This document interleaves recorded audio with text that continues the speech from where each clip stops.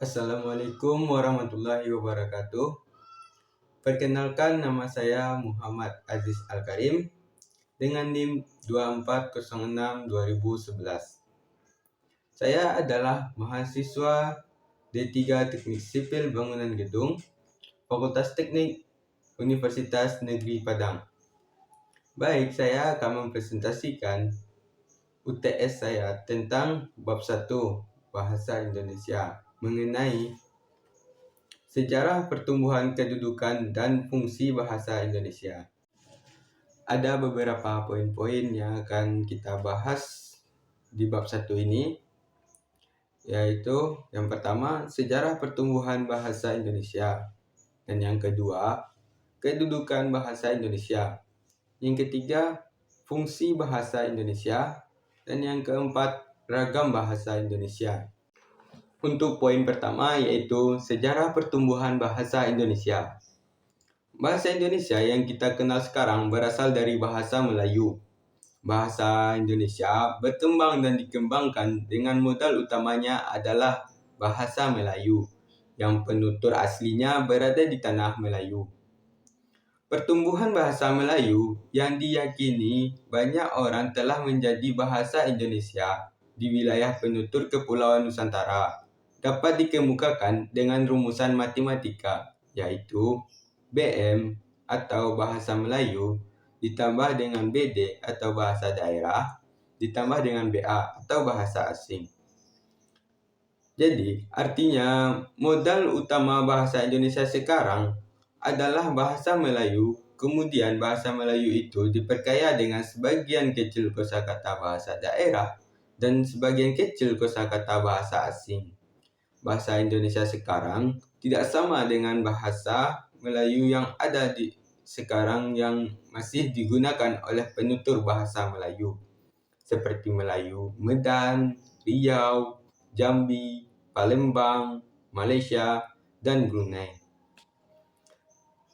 Dan secara resmi pengikaran bahasa Melayu menjadi bahasa Indonesia telah dipatrikan melalui Sumpah Pemuda pada 28 Oktober 1928. Jika kita meyakini bahwa bahasa Melayulah yang diikrarkan sebagai bahasa Indonesia, dapat dibayangkan betapa besarnya kerelaan berbagai etnis di Nusantara menerima bahasa Melayu menjadi bahasa Indonesia.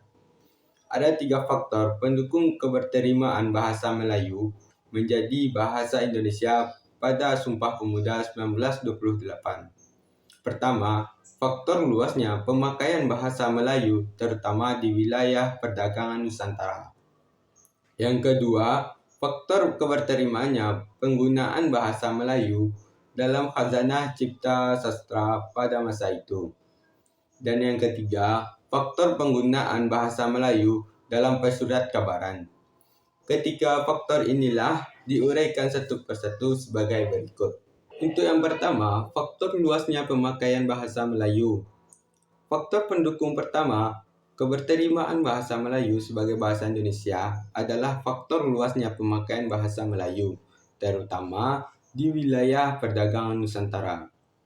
Berabad-abad sebelum abad ke-20 telah dipakai sebagai bahasa perantara yang tidak hanya di Kepulauan Nusantara, tetapi juga digunakan di sebagian besar daerah Asia Tenggara. Dan yang kedua, faktor keberterimanya penggunaan bahasa Melayu dalam sastra. Faktor pendukung kedua, keberterimaan bahasa Melayu sebagai bahasa Indonesia adalah telah banyaknya penggunaan bahasa Melayu, baik bahasa Melayu tinggi maupun bahasa Melayu rendah dalam karya sastra. Dalam perkembangannya, pada akhir abad ke-19 atau awal abad ke-20, banyak roman mengisahkan kehidupan nyata sehari-hari dan dimuat dalam surat kabar dengan menggunakan bahasa Melayu rendah atau bahasa pergaulan sehari-hari.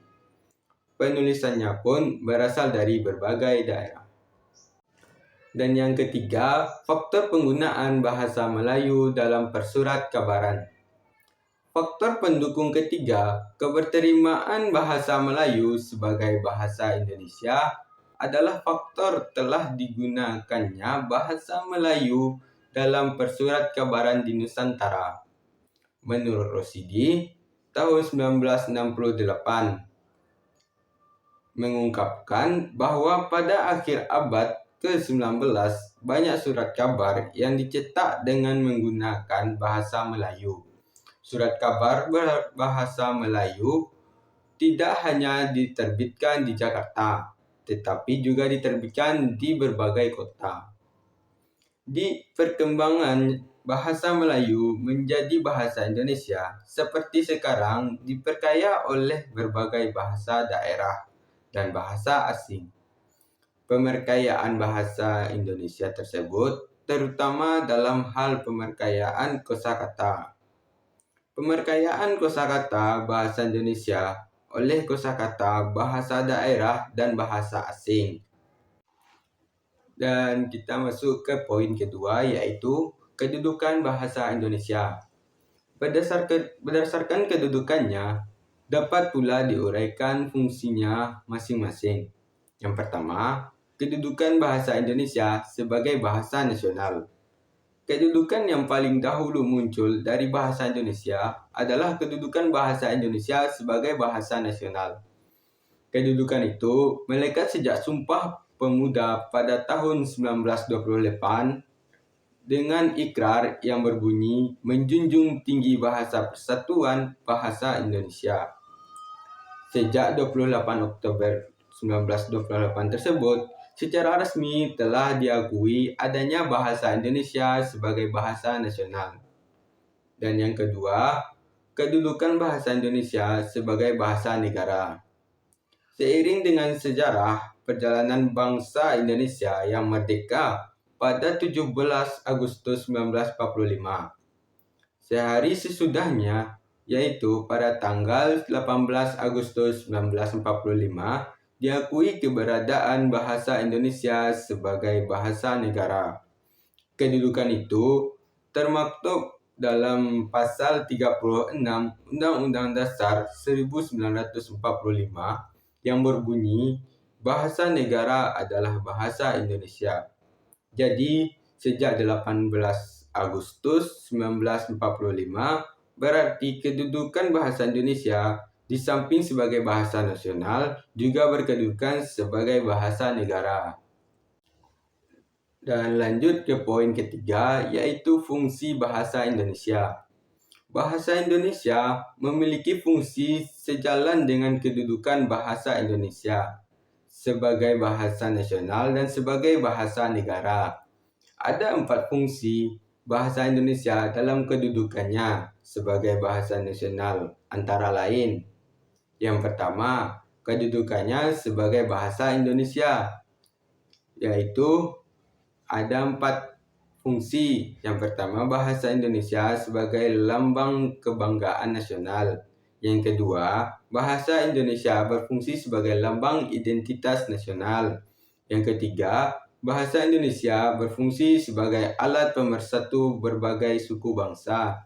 Dan yang keempat, bahasa Indonesia berfungsi sebagai alat perhubungan antar daerah dan antar budaya. Dan yang kedua, dalam kedudukannya sebagai bahasa negara, ada 4 fungsi, yaitu 1. Bahasa Indonesia berfungsi sebagai bahasa resmi kenegaraan. Yang kedua, bahasa Indonesia berfungsi sebagai bahasa pengantar di dalam dunia pendidikan. Yang ketiga, bahasa Indonesia berfungsi sebagai alat perhubungan tingkat nasional. Dan yang keempat, bahasa Indonesia berfungsi sebagai alat pengembang budaya. Dan kita akan masuk ke poin terakhir, yaitu ragam bahasa Indonesia. Ragam bahasa pada hakikatnya adalah variasi penggunaan bahasa oleh para penutur bahasa itu. Dengan konsep itu, keberadaan bahasa Indonesia resmi atau baku dalam penggunaan bahasa Indonesia oleh para penuturnya merupakan salah satu bentuk variasi bahasa dari variasi bahasa Indonesia lainnya. Hal penting yang perlu dipahami adalah bahwa bahasa Indonesia resmi digunakan pada tempat atau suasana yang resmi atau hal lain yang menjadi alasan digunakannya bahasa resmi tersebut. Ragam bahasa Indonesia dibedakan oleh penutur Alwi tahun 1998 berdasarkan penutur bahasa dan berdasarkan jenis pemakaian bahasa. Ragam bahasa Indonesia berdasarkan penutur diperinci menurut tinjauan. Yang pertama, menurut daerah. Yang kedua, pendidikan. Dan yang ketiga, sikap penutur. Ragam bahasa Indonesia berdasarkan jenis pemakaian bahasa diperinci juga menurut tinjauan. Yang pertama, bidang atau pokok persoalan. Yang kedua, sarananya. Dan yang ketiga, penggunaan percampuran. Jadi itulah presentasi saya tadi. Semoga bermanfaat bagi kita semua. Kalau ada saya yang salah, kata yang salah, terlebih terkurang mohon dimaafkan. Sekian, wabillahi taufiq wa hidayah. Assalamualaikum warahmatullahi wabarakatuh.